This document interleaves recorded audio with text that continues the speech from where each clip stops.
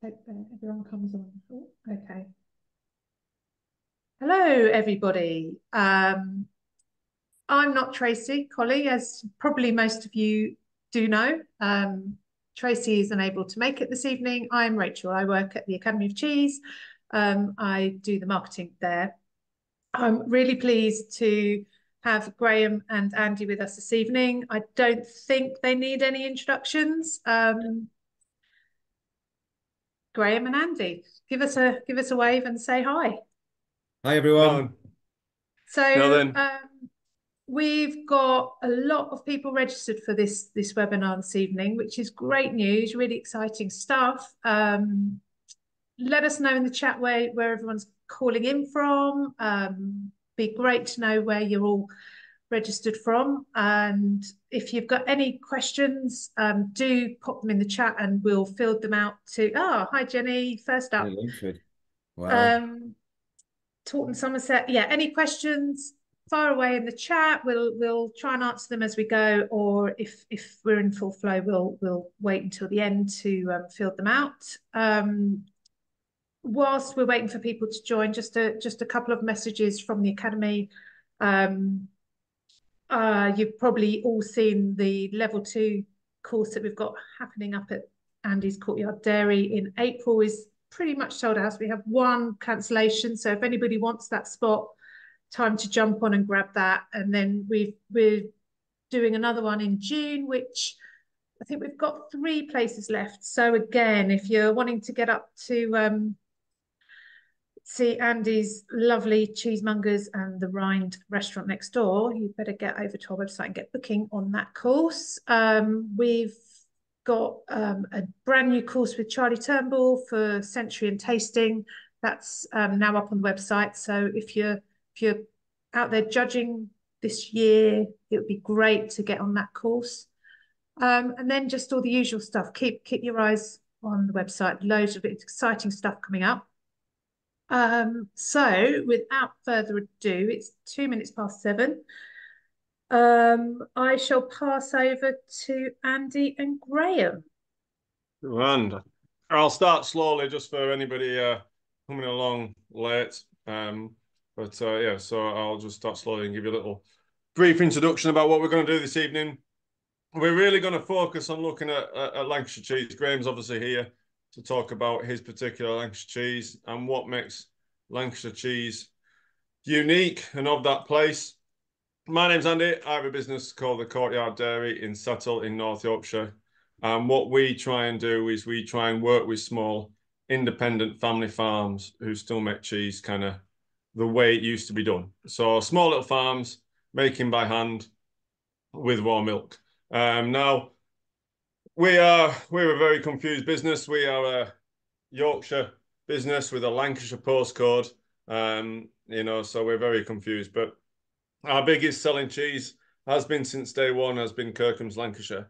And so this evening we're going to kind of tell you a little bit about Lancashire. And I actually think it's an underrated cheese, Lancashire cheese. I think that those who know it will stick by it. But I think Britain's territorials I'm a big man for banging the drums of territorial traditional British cheeses.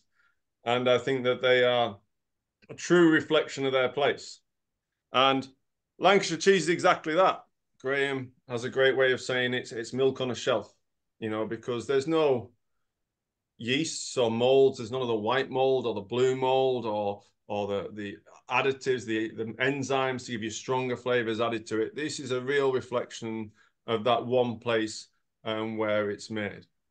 Rachel, do you mind allowing me to share my screen? Is that all right? Yeah, absolutely. Go for it. Go for it. So we're going to talk this evening about Lancashire cheese, and it's a funny little cheese, Lancashire. So they say that historically, when I can share my screen, I'll show you that all Lancashire cheese should be kind of made within the view of Beacon Fell, which is a little hill That's near to to Graham. that's to give it the title of real Lancashire.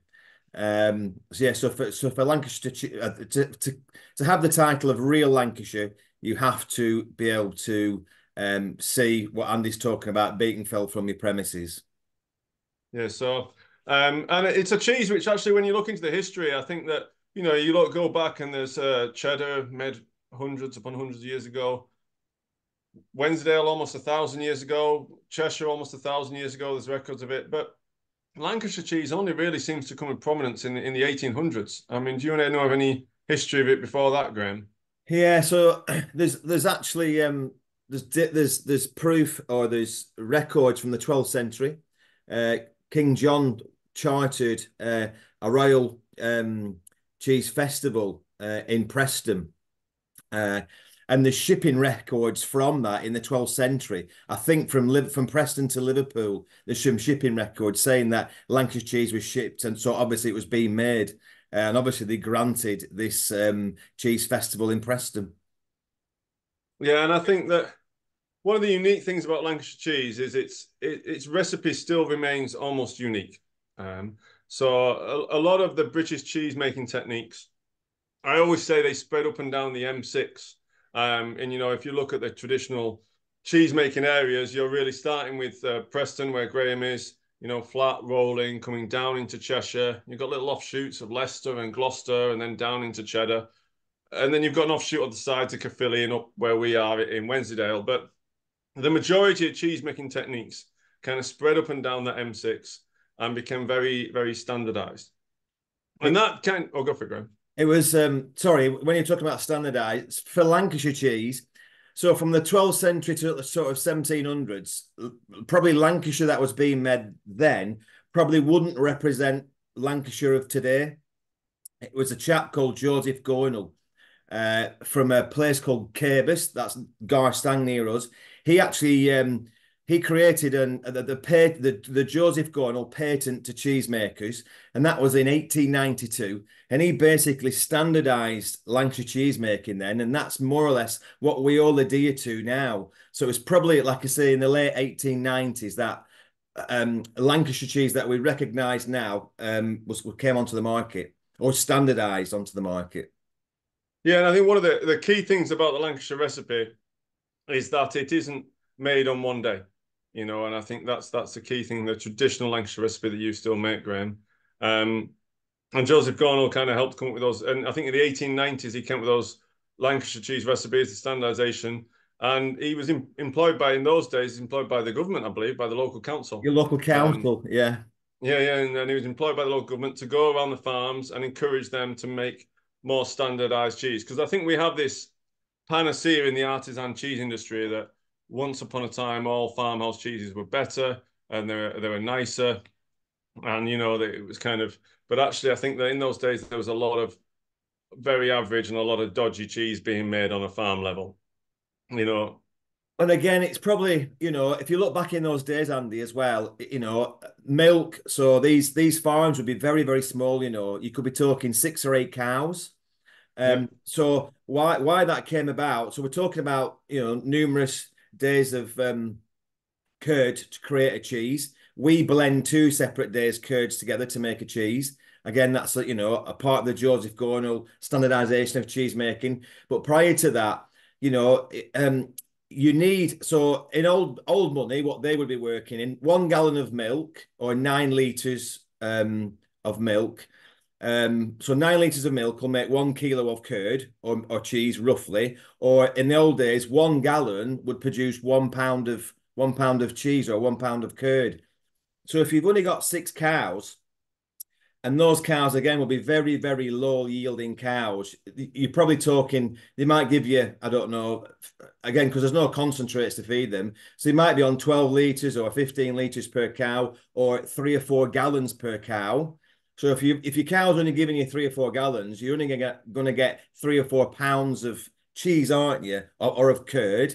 So that's why it took. So if you've got 6 or 8 cows, you're physically not going to make enough curd to mill to put into a mold.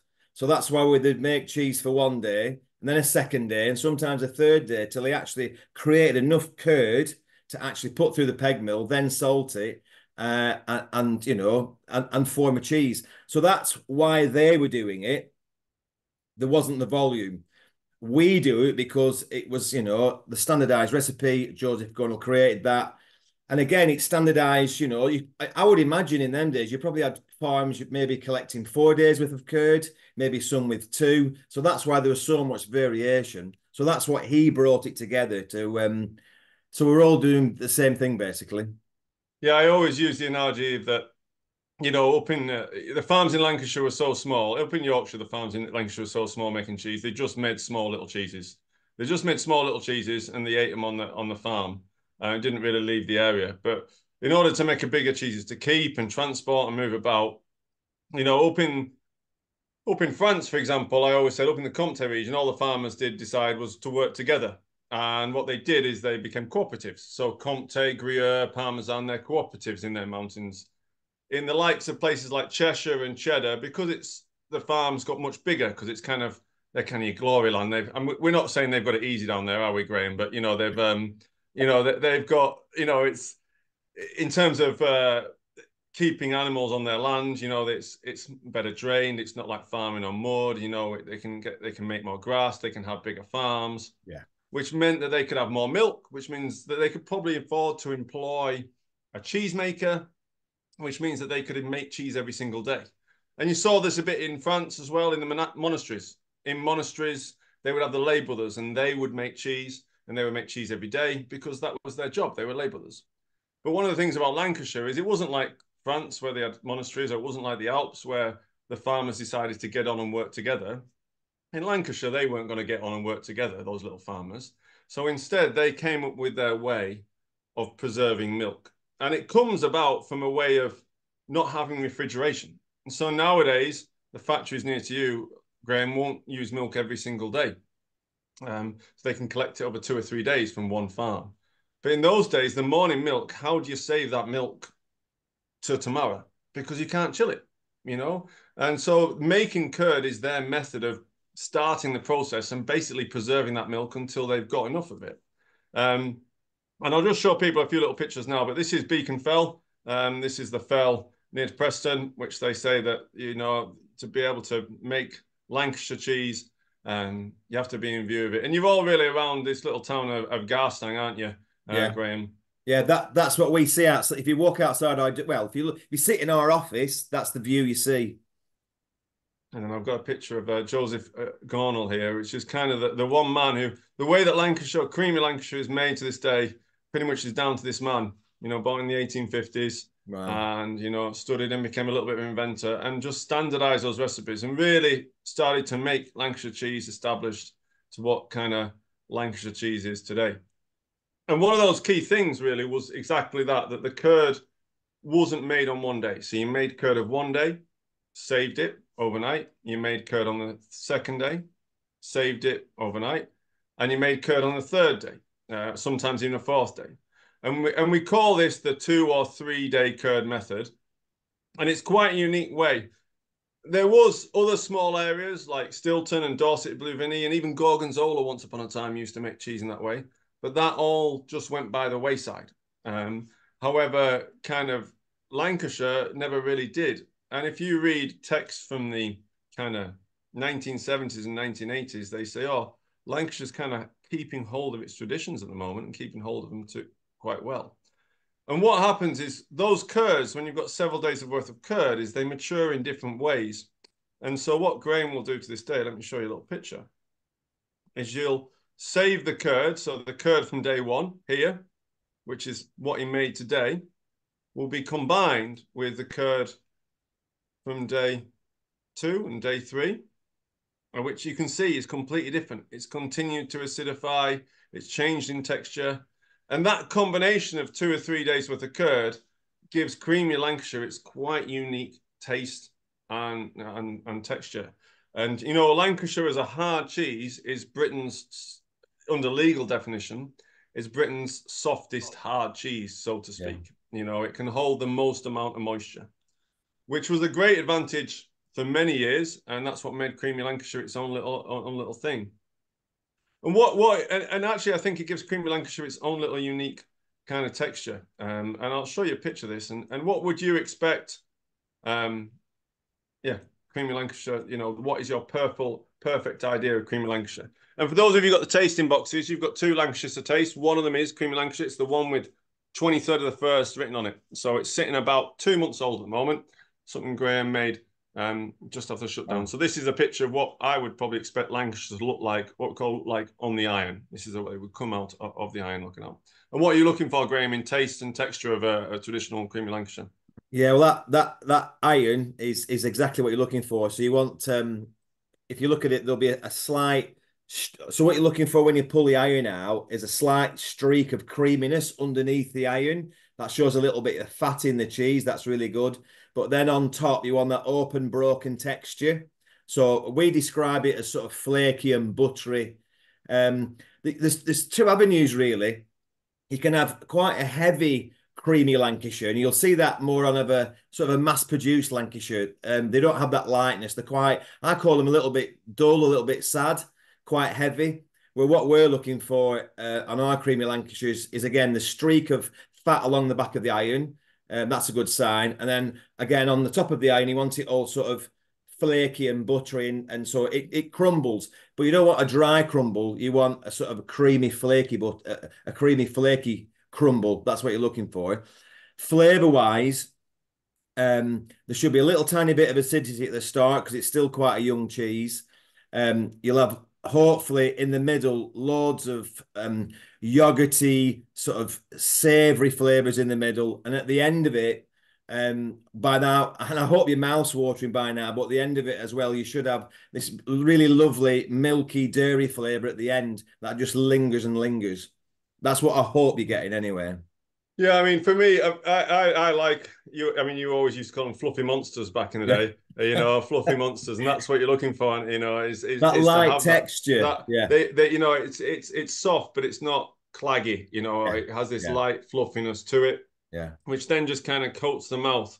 And I always think that you often ask a lot of very famous cheesemongers, you know, the likes of Bronwyn, who, you know, the head buyer at Courtyard Dairy, at her wedding, they just served your cheese. Serge, you know, in charge of the wholesale, they just served your cheese. And what tends to happen is, I think this is a cheese which, you know, is you come to appreciate with time. You know, I think that when you first get into artisan cheese, you like those kind of sexy, strong, sweet, nutty, smooth, creamy flavors. But, you know, a true Lancashire cheese like this, it really is a reflection of your farm, as I've said before, because your process of making it is really, there's nothing else to hide behind. It's the quality of your milk coming through, because you just talk us briefly through the process and how that milk doesn't have any really adulteration, you know. I'll just touch back onto what he said. You know, years ago, I used to think that a great cheese was really old and strong, and it, you know, you can have that, and that's right, and they are. You know, sometimes, you know, we have older cheeses and they're great and they're strong and the different flavors, but you know, I also think it's really clever when you can have quite a young cheese, but it delivers, you know, not big strong flavors, but so much flavor. I think that's, you know, I really like that element, and I think it's really interesting, that, and also I think it's quite clever. And that, again, if you can do that, that's a reflection on, you know, your cheese making, but the milk, isn't it? So if you can have something so young giving so much flavor out there, we always say we just put milk on a shelf, that's all we do. And the reason we say that is, so our ingredients is, on a day's cheese making, our ingredients are roughly around 2,000 litres of milk. That's what we make every day. Sorry, Graham, can I just interrupt? Joanna's asked what breed of cows you have. So we're Holstein Friesian, but we are more on the Friesian style. So they're probably a little bit more round and chunky like me. With a good temperament. Sorry, Caroline. But the milk quality from that style of cow, and again, we've bred them cows probably for the last nearly 10 or 50, probably nearly 15 years. We've bred a Pacific cow for that style of milk, and we're looking for really high butter fats, high caseins, high calcium, high protein.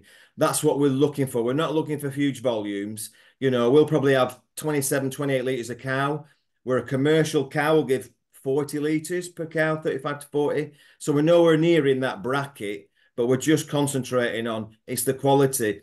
It's that quality of milk again, So 2,000 litres of milk into your cheese vat. And in that, we will put around 300 millilitres of starter culture. So that looks like a natural yogurt. And we make that up ourselves. And we've been using MT36 for 40 odd years now, since 1978. That's when we started making cheese. So we're still using the same cultures. And so we've got roughly 300 mils of starter culture in there. And you'll have roughly 480 to 500 mils of rennet. So you've, and 2% salt. And that's your ingredients. You know, no more, no less. That is it. So there's not gallons of this, there's not gallons of that, there's not a huge amount of heat, roughly 30 degrees, that's the temperature. So that's why I say we just put milk on shelves, because we use so little. Using so little lets the milk express the flavors in it, and that's why I think you get all those natural flavors.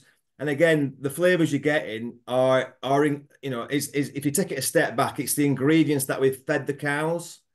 So that's again where a lot of your flavor comes from. So that's why we're all dead keen of, you know, we're really sort of super fussy about how we make our silage. We make it ourselves.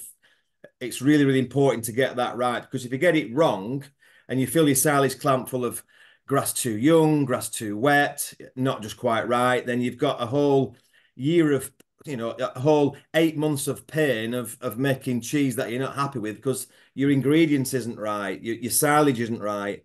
So the good silage, your good silage gives that flavour which is in your milk and your straights and your minerals that you feed your cows. That's what creates the flavour that comes through in your milk. That flavour, you know, then that's what you're tasting. Because there's, like I said, there's nothing else added to it. It's milk on a shelf. That's how we try and describe it. Yeah, and I think somebody asked the question about the breed of cow. It's a really interesting point. Something we talk about a lot in the cheese industry is, you know, how feed and breed and all these factors can make an effect.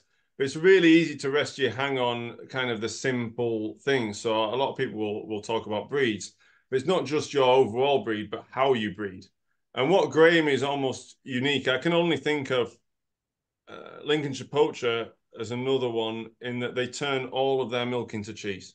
You know, so most of the other artisan cheesemakers will turn a proportion of their milk into cheese, and they will sell the rest to go as liquid milk.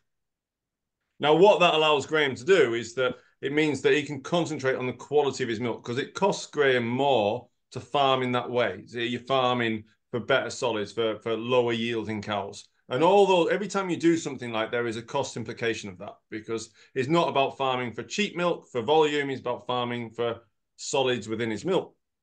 And so Graham's got what we call a closed herd, which means that they kind of don't buy animals in. So that means that even though he's got this breed, that breed has been bred. He's chosen the characteristics from each generation as it comes through what he wants. So it'll be quite different to the same breed on the farm next door, because he turns all of his milk into cheese.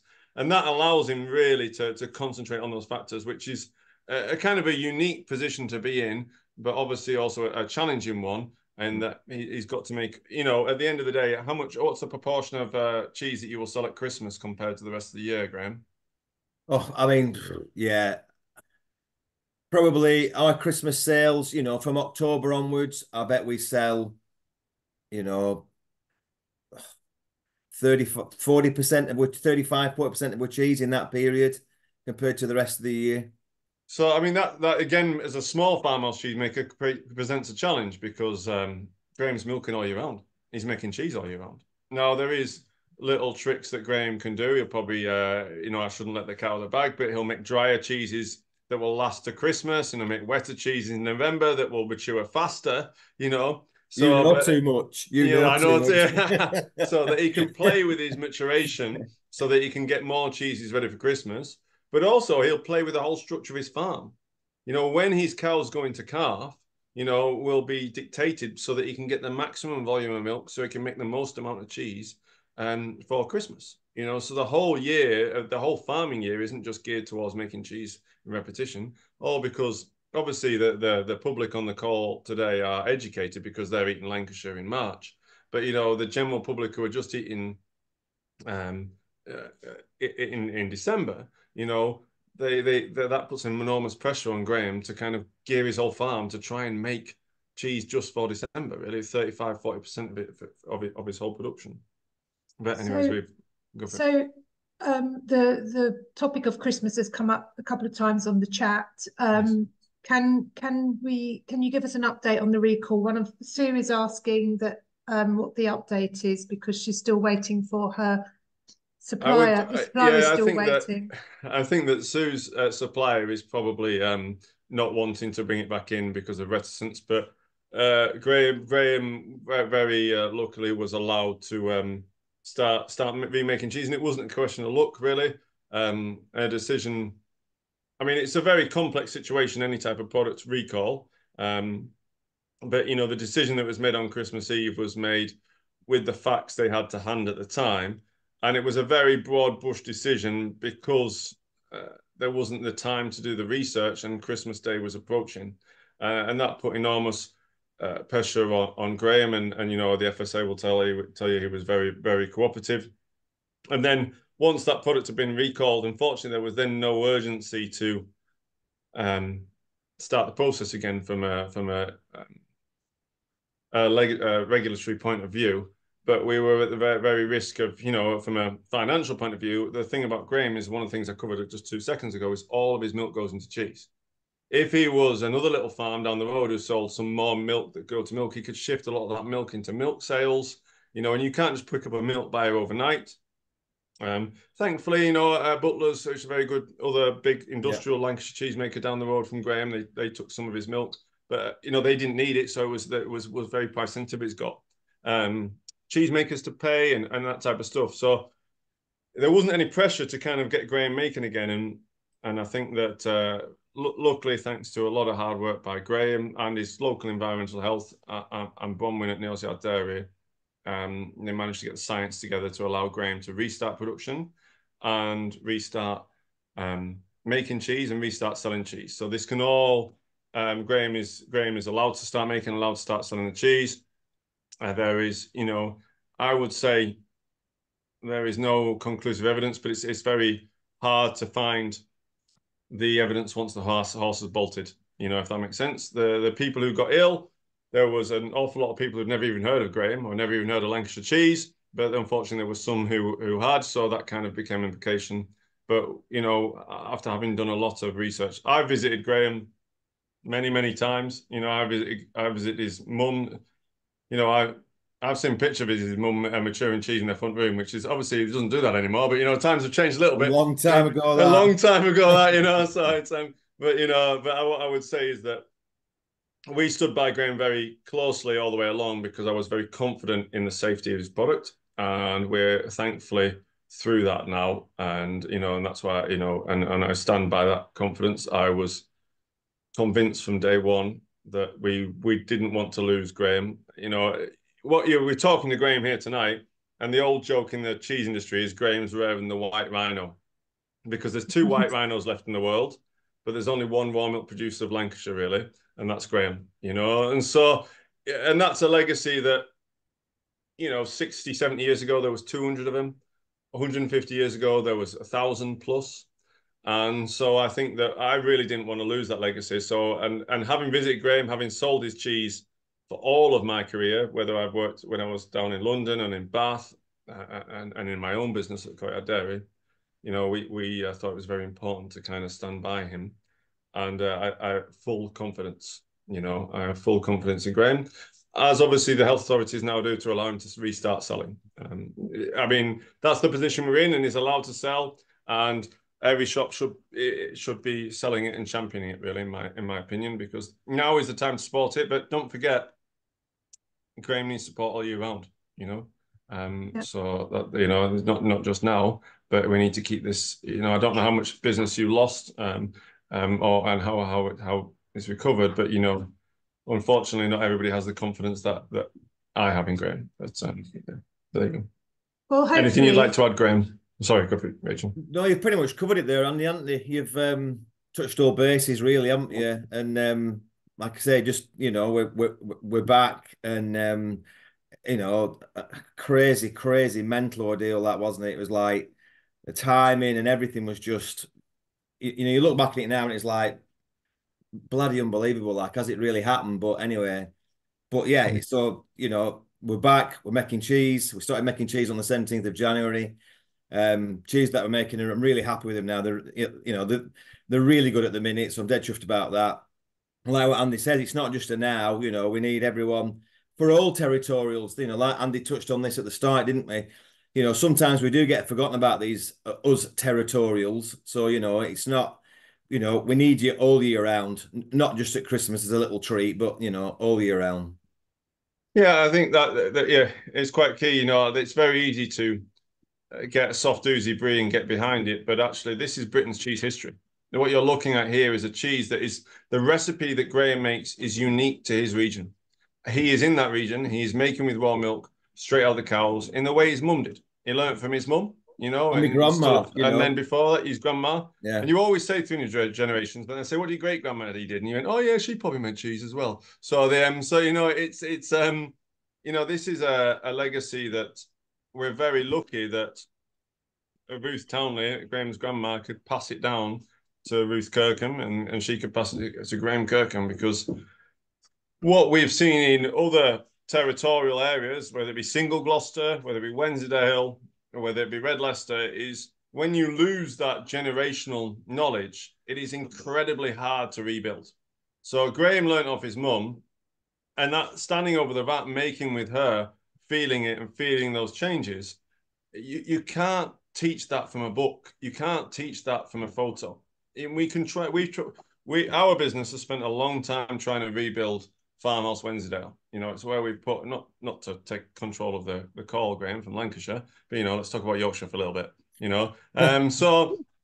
But effectively, one of the difficulties we had is that the loss of generational knowledge. Because that on a farm level of making a raw milk cheese, and we've tried to rebuild it, but what we have in Graham is a living history that has been passed from mother, like in many regards, a cake recipe that's passed down a family line. From mother to daughter to mother to daughter. This is my great grandma's cake recipe for making parkin. And that's what we have in this cheese making here with Graham that you're looking at. Is something he learnt off his mum, that she learnt off his grandma, and I think that is a legacy which is hard to recreate if you lose it, So and I think that's really key. There's a picture of your mum when she was a little bit younger, eh, Graham? Gosh. Yeah, that's with Lancashire cheese. That's Graham's mum. She looks a bit more. I think this is a more recent picture. Yeah, there you go. With your dad. So how did your mum and dad end up on this little farm? Oh crikey! We've been there. How long have we been there? Oh, Andy, 70, nearly 80 years. That's my grandma. So this is where it all started. So that's my mum's mum. That's my grandma, and she retired from cheese making back in 1978, and it was my grandma and my dad that persuaded my mum to start making cheese, because she didn't really want to do it at the start, because again, it really is a way of life. It's not just, a 9-to-5 job, is it? Like raw milk cheese making, farming and making cheese is 7 days a week. It's, so, and my mum kind of knew from looking at her parents what they did, farming and making cheese. And it was kind of, so, she wasn't all that keen at the start, but obviously my grandma wanted her to carry it on. My dad was dead keen, because obviously it put more value to the milk, didn't it? Back in them days, they're probably only milking about 35 cows. It was quite important for them to diversify. And I suppose then really to diversify back in 78 was quite a thing, wasn't it? So they did. So my grandma, my dad persuaded my mum to start making cheese. So they converted a little building outside, right next to the farmhouse, actually. You know where it was, Andy, don't you? It was literally like 30 meters away from the farmhouse. Converted into a little dairy. Tiny, literally the size of your front room. That's what we started in. My grandma came for 2 days to show my mum how to start making cheese. She brought her starter culture. She brought her rennet to help her get going. Helped her for 2 days, and that was it. That was the start of my mum starting to make cheese back in 78. And I always remember that your mum telling me that, one of the great things about Lancashire cheese is that this, and Stilton to some regards, are a cheese recipe, traditional cream Lancashire, that hasn't really industrialized. It was designed by the farmer's wife. And you know, a lot of these British cheeses are farmer's wife cheeses, but they industrialized and they advanced as, you know, factory production, and men got hold of them, and we sped things up, and we got things done by the clock, and we got things done on time and made on time. But the farmer's wife had to fit it into a day. And I remember your mum telling me that she used to put the rennet in, take you to school, and then she knew it'd be set by the time she'd get back, so she could bob in, cut the curd, you know, and you know, and then she'd bob out, make everybody breakfast, and she'd bob in, give it a stir. And that's the thing about this old-fashioned Lancashire cheese recipe, is it's not on the clock. It's a gentle acidification, a gentle make. But what it is to make an old-fashioned Lancashire cheese is it's hard work. So what you're not using is a modern cheese recipe, is using a lot of heat and bacteria, which is helped by the advances of science in cheese making. And science is a double-edged sword. You know, science has allowed us to improve sanitary conditions, improve lots of things. But what it also allows us to do is speed the process up. And the old-fashioned ones, the Lancashire, production, involves getting this moisture out by hand. You know, literally standing over the curd, stirring it, and then breaking each block. I mean, how many times will you break it at that stage, Graham? Yeah, well, you know, in an afternoon, you'll do so once you've made the curds and you've transferred them into the draining vat that you're showing now, Andy, you'll break that again 3 times in the afternoon. And again, the reason for that is to release the moisture out of it, release the whey out of it. But what we're doing there is, you know, again, that is true to the old-fashioned style of making Lancashire. If that was a modern-day Lancashire or a commercial Lancashire, they wouldn't be doing that. You know, the cheese at that point would be in a mould by then, and on presses. So that, you know, that's the difference between, like I say, you know, the curds that we make today, we won't actually put them into a cheese till tomorrow. Where a commercial style Lancashire, the curds that they make today will probably be in moulds and on a press by 2 o'clock. To give you a brief synopsis, some of you are cheesemongers, some of you are just lovers of cheese. Basically, when you make cheese, you're trying to get moisture out of the milk, and there's various ways of doing it. And the old-fashioned way that Graham does it is just hard work. He basically works the milk. He cuts it, he stacks it, he cuts it, he stacks it, he cuts it, he stacks it. And that is basically labor. The modern way is to use heat and bacteria to drive the moisture out. And that doesn't use the labor, doesn't take the time, you know. So it's back-breaking work. You know, I don't go and make cheese with Graham anymore because it's too hard work for me. So, you know, I'll go and have a cup of tea, but then I'll make sure I leave the team to kind of see that. But it is back-breaking work. And that's why that style of Lancashire has mainly died out. So when wartime rationing happened, they didn't like them making that style of Lancashire because it's very labor intensive. It involves combining curd from several days. It involves waiting at least 2 months for flavour to develop. And when down the road they had Cheshire, and across by us they had Wensdale, and they thought, oh, they can make cheese rather than 24 hours. They make it in 3.5 in those regions. Why don't we start to make Lancashire cheesemakers do that? And that's really where Lancashire cheese started to evolve to. It's more efficient, it's more timely, but it produces a completely different product. What you're talking about there, Andy, am I all right to jump in? Yeah, go for it. What you're talking about there is the birth of, so it was more of an industrialized starter cultures. That happened in the 60s, and that when there was a real change in the territorial cheese industry. So you noticed that's when the birth of crumbly Lancashires, crumbly Cheshires, Wensleydales, that's when they sort of industrialized and changed into that more modern day style. I think prior to that, they would have been more farmhouse style. They probably would have carried a little bit more moisture, and they would have been a slightly heavier style of cheese. But what they found is these faster, you talk about the speed of making cheese, these faster acting starter cultures, what it did do, it allowed you to make your cheese a lot quicker. It was higher acid. The high acid allowed you to sell it a lot sooner because it was the acidity that was allowing you to sell it was the acidity or the acid in the cheese that was flavouring it. So you could quite easily put a cheese on a shelf at 3 weeks and start to sell it. You wouldn't get those interesting flavours. All you're going to get is that strong starter culture acid up front, but it gave a flavour and it could be sold at a price. Yeah, and And originally, I mean, it's like even in the 1970s, they were still calling it that style of Lancashire, New Lancashire. But then they rebranded it to Single Acid Lancashire, didn't they? And nowadays it's rebranded again to Crumbly Lancashire. Yeah. So we're not tasting that tonight. And there is reasonable variants of it. You know, there's a lot of factories make it, but even that's fallen a little bit out of favour of late, hasn't it? But so at the moment, we take the first cheese they tasted was the Creamy Lancashire, which is Graham's recipe, 23rd of January, about 2 months old. And what's the difference between a creamy and then a tasty? So there's another batch you've got there, which is from the 5th of October. So just jumping in here, Andy, got a couple of questions on the make. Graham, why do you stick with unpasteurized milk? Flavor, texture, you know, all the health benefits that are in, you know, unpasteurized cheese and raw milk. It's just, for me, it's the real natural product, isn't it? It's what we've always done. We've done it for 46 years now. We're making cheese, you know, from my grandma to my mum to me, you know, that's what we do. We make raw milk Lancashire cheese, you know, we're the last ones making it. You know, it'd be pretty sad if we stopped. That the part of history would be gone, wouldn't it? And I do feel it's a little bit of a responsibility carrying on making a raw milk Lancashire.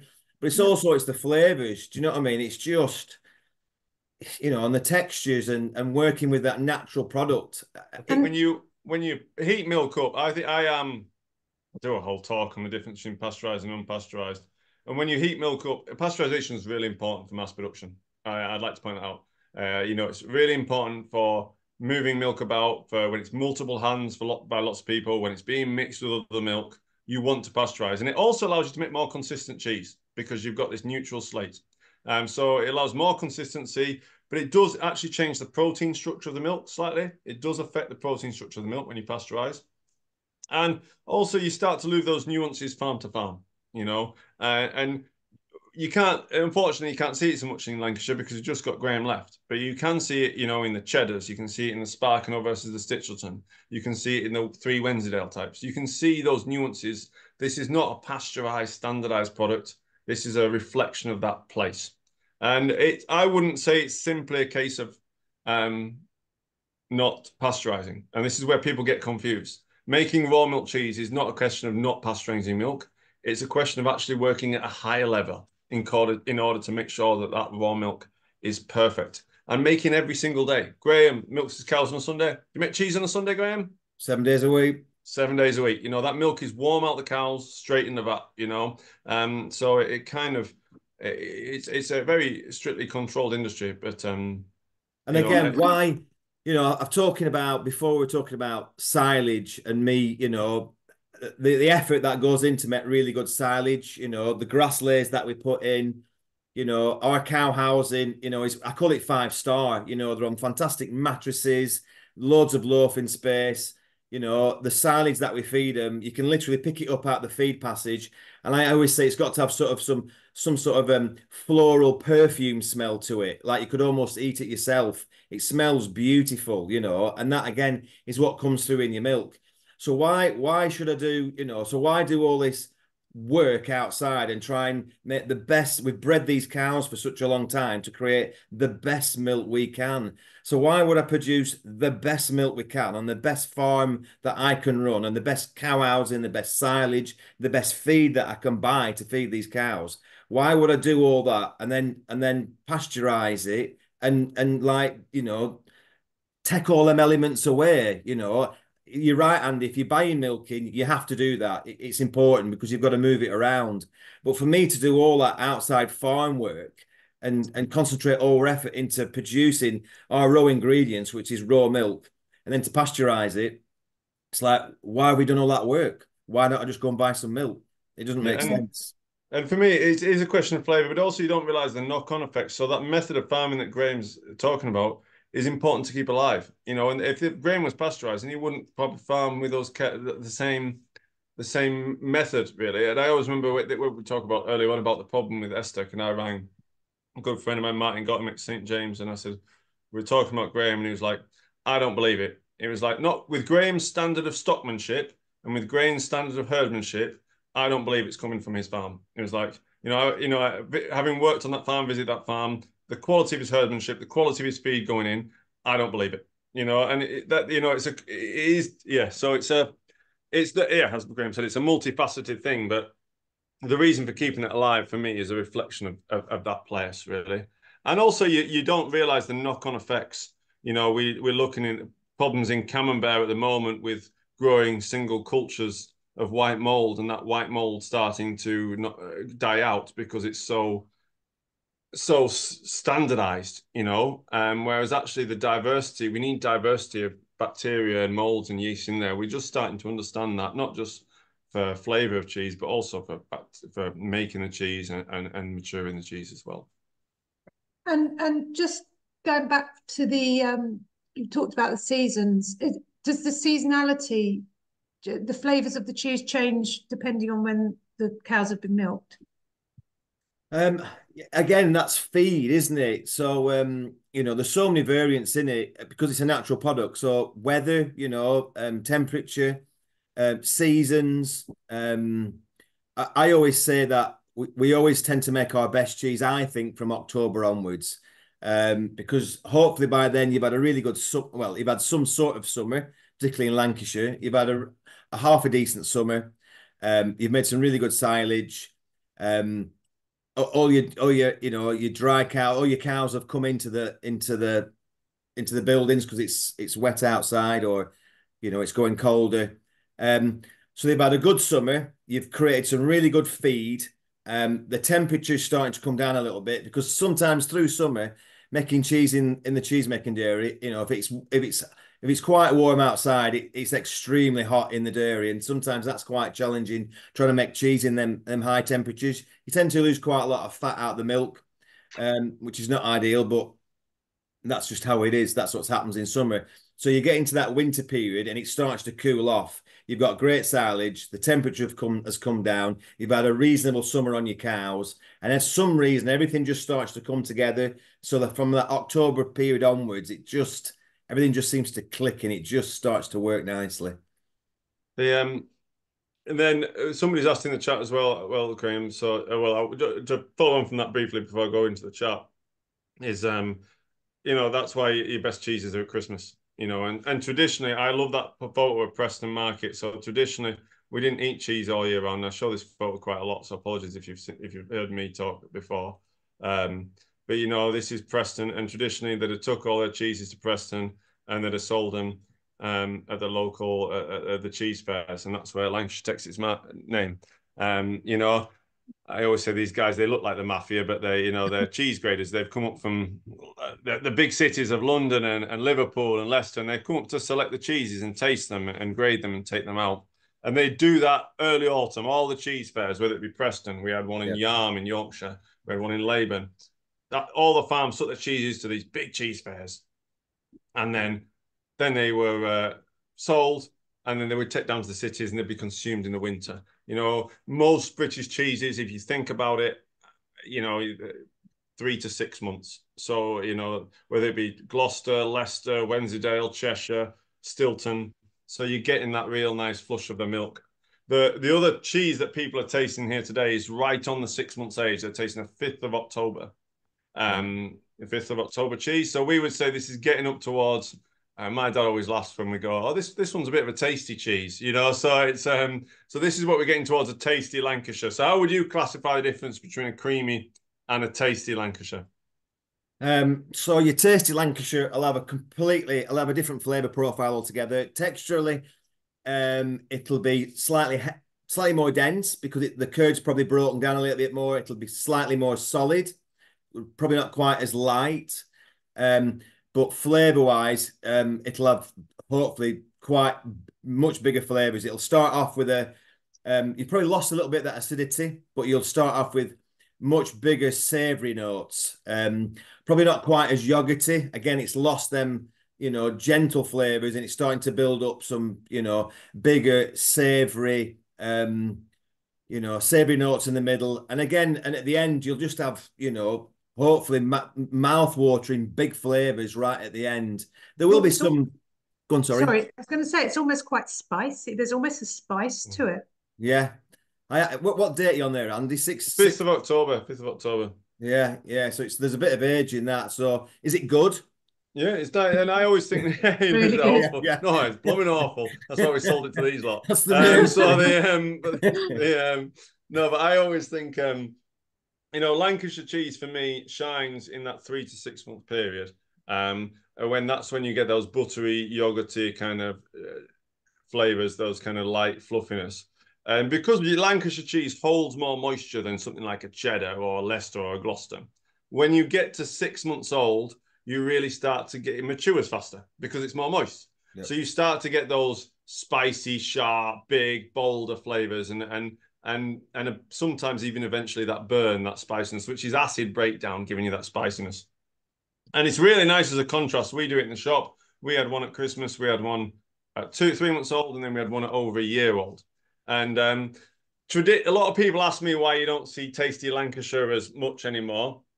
And the cynic in me would say is that we used to make not as good a cheese. And Graham may disagree with this slightly, but traditionally, any cheesemaker wants to sell their cheese as soon as they can. Because you need money in your farm, less maturation space, less people turning your cheeses over. But in the old days, we didn't have as good starter cultures. We didn't have as much heat. And so when a cheese maybe wasn't up to scratch and didn't taste amazing at 2 or 3 months, we just left it on the shelf. It'll get there in the end. And what happens is eventually those spicy, powerful flavors start to develop. And you can have it on a year old. As I said, those pictures of Graham's mum from many years ago with the cheeses. I always remember the cheeses it's almost behind the sofa. Is it behind the sofa? So you're talking about, gosh, Andy, you're going back. So this is when my mum this is when she first started making cheese. And we only got a very, very small storeroom. It was tiny, honestly. So again, the storeroom was like the size of your front room. Honestly, my mum set off in such a small way. Again, with 35 cows, so it was tiny. And don't forget, my mum used to farm, make cheese, and somehow bring three kids up. No idea how she did it. I've no idea how my mum did that. But anyway, so when they filled the storeroom, they would take the cheese back to my grandma's, my mum's mum, back to her living room, and it's just what he described. I can't believe you still remember that, but I mean, yeah, I'll never forget. But the image is you walk into this massive farmhouse, right? Massive farmhouse front room, right? And there's a coal fire at the front. And then I always remember the brown Chesterfield settee. And there was a huge table to the right-hand side. And you talk about, I'm probably about 8 years old now. And then there's a big farmhouse table with an oilcloth on the top of that. And in the back of the Chesterfield settee, with all the studs in it, it was brown, I remember it. There was all these cheese shelves, and it was just full from, the whole wall was full of my mum's cheese. And my granddad had put the television on at night, and he'd be rubbing and turning the cheese and watching television. I remember that. Yeah. And it's also, and in the early days when Randolph is from Courtyard Dairy. Rand used to come and select cheeses, and I can remember we all used to get in his yellow Merc and go off to my grandma's, and he would only take it. Well, he preferred the cheese from my grandma's because, again, Lancashire just loves the warmth. Yeah, I'll never forget. I went to an Italian cheese festival called Bra, which if you're interested in cheese, you should always go. I'll never forget one year. It was about 34 degrees. And you were standing on a table tasting that cheese, and the butter was running out of your cheese, and it was running off the table like it was like a pool of melted butter from your cheese that was just, the oil was coming out, and it was dripping all over your shoes, and people were slipping up as they went past. This your is cheese true. was just leaking oil everywhere. And I thought, Graham, what have you brought? Why are you standing out at 32 degrees with this cheese? And then I tasted it, and it was wonderful. I was like, I've never tasted it that good. And it stands up to heat really well. But, I always remember your mum telling me, we used to let them get a bit warm, and then we'd take them to Manchester at Christmas and sell them to Mancunians, really. And when they're sharp and spicy, they'll buy them when they're a bit old and tasty. But, I think those older cheeses, you don't see them as much. And I think that's because historically, I honestly think that the ones that would have been graded out to go older were the ones that when they were younger weren't, I would say, first grade, premium grade. So you put it on a shelf and you think that'll come to eventually. And what happens is the flavor gets stronger, more powerful. And then that's why, and now we've got better cheese, it's harder to find those tastier older cheeses. So we got 5th of October, which is the oldest we've got at the moment, but every Christmas we try and sell one at a year old in our shop as a bit of a change. Yeah. Yeah, there's been a mixture of opinions. Some prefer the creamy, some prefer the tasty. It's yeah, Yeah. a real mix. Everyone's enjoying your fruitcake and Eccles cakes, Andy. I believe both were made by Kathy. No, my wife made the Eccles cakes because it's a very traditional match to Lancashire cheese. You know, in Yorkshire we match fruitcake, and in Lancashire they match Eccles cake or Blackburn cake. Many of you maybe haven't had that. Blackburn cake's an Eccles cake with stewed apple inside. It's very Or rarely found nowadays. apple pie. A lot Apple of pie. apple pie and Lancashire cheese, you like a kiss without a squeeze. That's the saying. That's the saying. And I forgot to tell my wife she was going to have to make all these Eccles cakes, but yeah, so that's why she's not here tonight. So they're not only chucking those, but she's baked the Eccles cakes, and they'll warm up really nicely as well. It's a really simple recipe to make Eccles cakes. You know, they go fabulously well with Lancashire cheese. That sweetness cuts through the sharpness. Absolutely, they really do. Sorry, Graham. I was going to say the restaurant St. John has served our Lancashire cheese with Eccles cakes for, I don't know, 25, 30 years. A long time. It's been a staple in St. John's for a long time. Yeah, and it just has worked. I can see why. I'm conscious of the time. I've got a few more questions. If you're happy for me to crack on. Yeah. So Elizabeth asks regarding the herd of cows, Graham, do you have to bring any new cows or bulls in on occasions to keep the genetics of the herd healthy? Yeah, so again, so we tend to so Andy was talking about selling cheese at Christmas, and that's how, you know, we sell more at Christmas. So what we do, we bring a packet of or a batch of heifers in to carve around September time. So again, that's probably why again we make really good. Oh yes, cheese starts getting a little bit better because we're using a lot of heifers. A lot of heifers come into the herd for the first time, so heifer milk is really good milk. So I think that's a contribution to it. Now, as for for breeding them, we do have believe it or not, now there is a catalogue of bulls for cheesemakers, and that's been for probably about 12 years now. So so our semen company supply us, and they come and talk us through it and score the cows and tell us what we need to put on what and what we're looking for. And obviously we do a lot of milk testing, and we analyze the milk that comes off each cow. That's called milk recording. So we know what each cow is giving. We know the quality of the milk to each cow. So if it's, say, a little bit short on protein or casein, in this catalogue, there'll be a bull that'll give you more caseins, proteins, calcium, or milk volume if you need a little bit more milk volume, or fats. So we can tweak we can tweak each cow with a specific bull to fix the traits or make it better, get it more in tune with making cheese that we want to make, or design the milk better for what we want to do with it, which is make better cheese. Yeah, great. And a quick one here: animal or vegetarian rennet? We use animal rennet. We've tried veg. Any veg works. There's nothing wrong with it. But animal rennet, it's just a natural process. It's a natural product.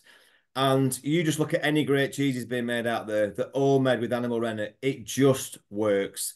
And it just does. You watch the set on the curd with an animal rennet, it just works. Yeah, thank you. That was for Victoria. And from Judith, do you mix your curds from each day, or do you layer them?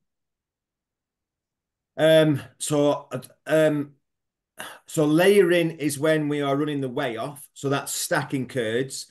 And your reason you stack the curds, you're using gravity. So when you see somebody making cheese and they're stacking curds up, the reason for it is you're using the weight to press the moisture, using the weight to press the moisture and the whey out of there. That's why you're stacking. Blending curds is when you're taking the two separate days. So we've got day. So today we've made cheese, and we've blended curds that we made yesterday, and we've blended curds that we made the day before. And again, that's for the true Lancashire recipe. So that's your blending of the curds, but stacking of the curds is when you're forming the curd in the cheese vat. Right. Thank you. I hope that answered your question, Judith. Regarding supply, Lynn asks, are you selling your cheeses overseas, Graham? Have you seen any impact from Brexit? We don't sell a lot into Europe. Territorials, Pacific, sort of slightly more acid territorials. We always seem to struggle with them in Europe. Your Lancashires, your Wensleydales, your Cheshires. So not a lot in Europe, but in the US, yes. We do sell quite a lot into Whole Foods and right across the US. Yeah, they really support it. English cheese in America, it's wonderful. And I've done 2 US trips now, and yeah, it's quite amazing. The cheese industry is pretty vibrant out there. They're all sort of they're all it's been a little bit behind as a cheese industry in America, and it's starting to catch up, and people are all right, kids. And people are starting to catch up now, and they're switching on to raw milk products, realizing the benefits from it, the flavors from it, how exciting it is. So yeah, the States are quite exciting in the minute. They really are. Great, that's good. I mean, good it shows that if you make a quality cheese with raw milk, Graham is one small farm. This guy, I mean, farming about 80, 90 cows, so probably smaller than the dairy farm down the road, right?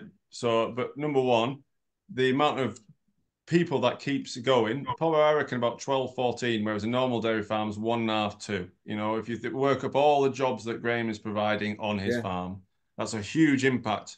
So all the other farms around Graham that are just milking animals will employ 1.5 people with that level of cows, probably. I'm saying Graham will probably 12, 13 by the time you've looked at your mum and dad and everything like that nowadays.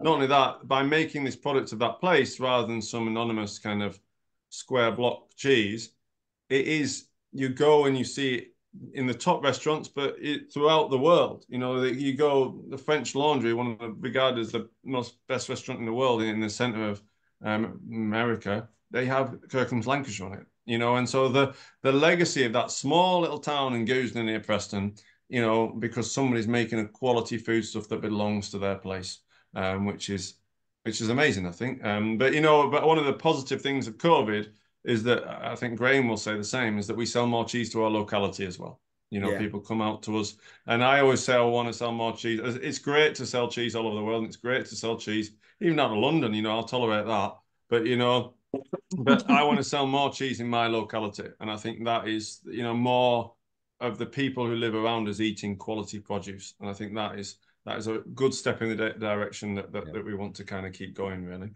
Yeah, and do you sell it direct from the farm, Graham? Yeah, we do. We've created, again, back to what Andy was saying at COVID. To keep us going, we created a little farm shop. Well, we created a little cheese counter to start off with.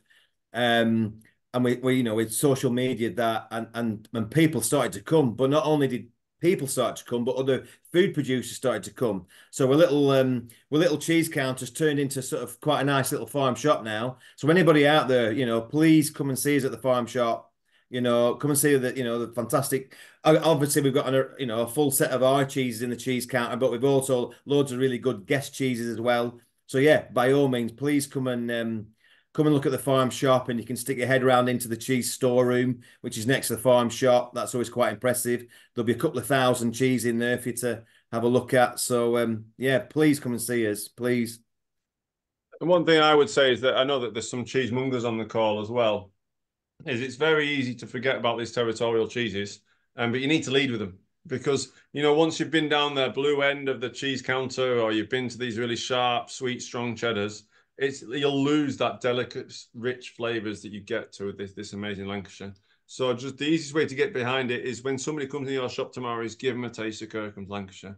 And those. So if you are one of the cheesemongers, lead with this cheese, and you'll find that it will sell really well. There's a reason. We're regarded, I'm not saying we are, but regarded as one of the finest cheese shops in the land, and we lead with Kirkham's Lancashire, when it comes to the job. It also helps from a Yorkshireman's point of view that it's very affordable, so it's but no, but in all seriousness, it's if you lead with it, people will get that flavour initially, and they will come back to it time and time again. There's a reason a lot of long-time cheesemongers absolutely love this cheese. So if you're a cheesemonger, lead with it. If you're a cheese lover, buy it. You want Graham to be here in a year. It's very simple. You've just got to buy his cheese. You've got to eat it. you know, Yeah. and champion it, you know, have it, don't just neglect it to sitting in your fridge and getting it out at the end of a night when you're already full.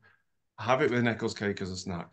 Have it, you know, there's a great recipe on our website, that Graham's recipe for Kirkham's cheesy eggs. You know, that's how Graham himself likes to have it, you know.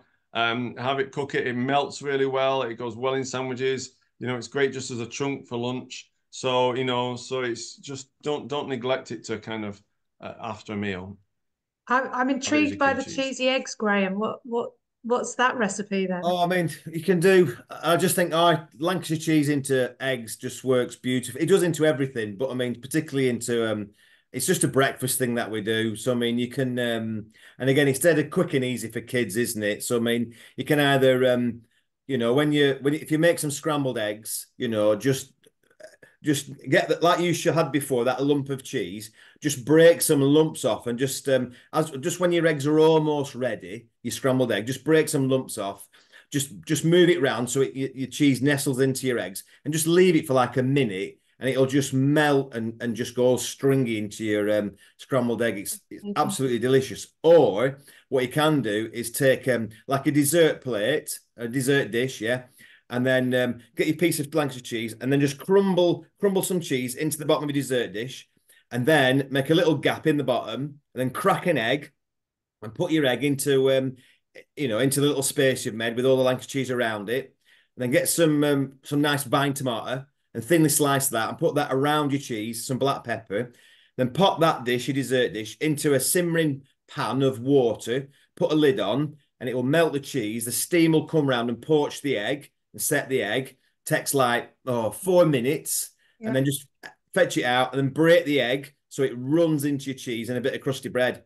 That's like 5 minutes, like super duper good. Kids love it. Our kids would I've put a little link to the recipe. What Graham's just said, we wrote it down. We wrote it down one time.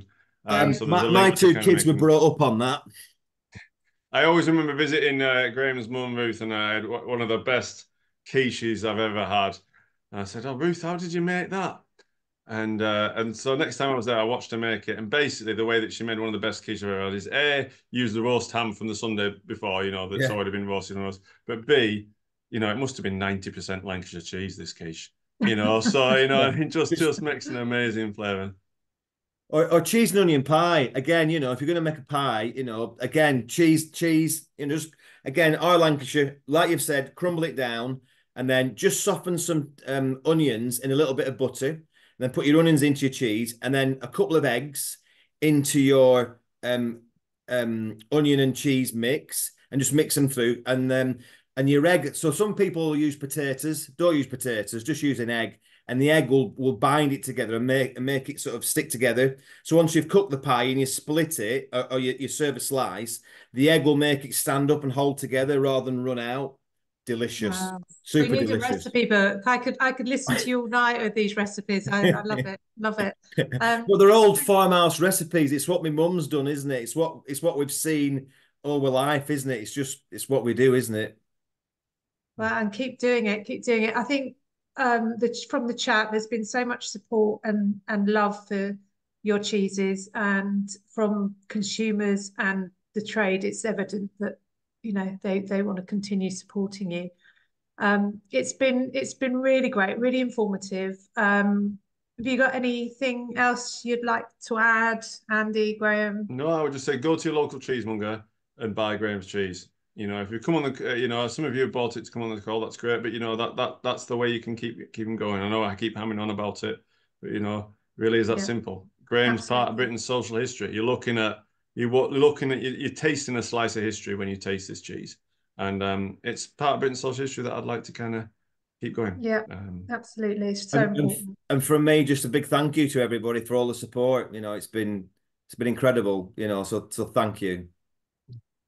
No, thank you. Okay, so we'll call it an evening and or an afternoon for those in Canada. I think they were our furthest participants. Couple from the west coast of Canada, but you know, all around the UK we've had people dropping in and saying hi. So thanks for coming. Thanks everybody for tuning in, and hope to see you around about the country. Brilliant. Thank you all very much. All right. Thank you, everyone. Thanks, guys. Thank you, everyone. Bye-bye. Bye.